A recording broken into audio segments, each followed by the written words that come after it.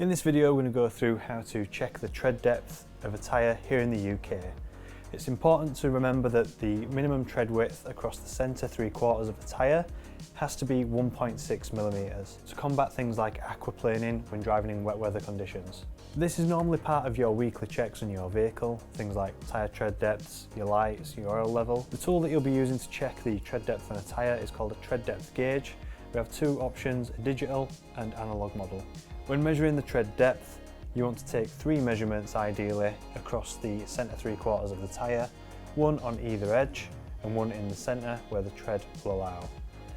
To do so, first of all, zero out the tread depth gauge and then push the tread depth gauge down once you're in the tread itself, and then read the text for what the tread depth is recording.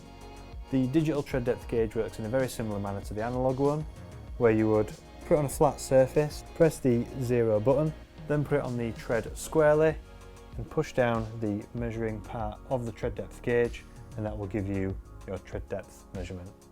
That's how you would measure the tread depth on a tyre here in the UK. It's worth remembering that you do need 1.6mm of tread depth across the centre 3/4 of the tyre tread itself. It can't be an average, for example, or can't be 1.6mm in one area. It does have to be a minimum of 1.6 across that centre 3/4. Thank you very much for watching. That's how to check the tread depth on your tyres. If you do want more how-to videos like this one, then check out the Silverline channel. Please give this video a thumbs up if you found it useful, and check out the Silverline tool range for more products to help you with your DIY projects at home.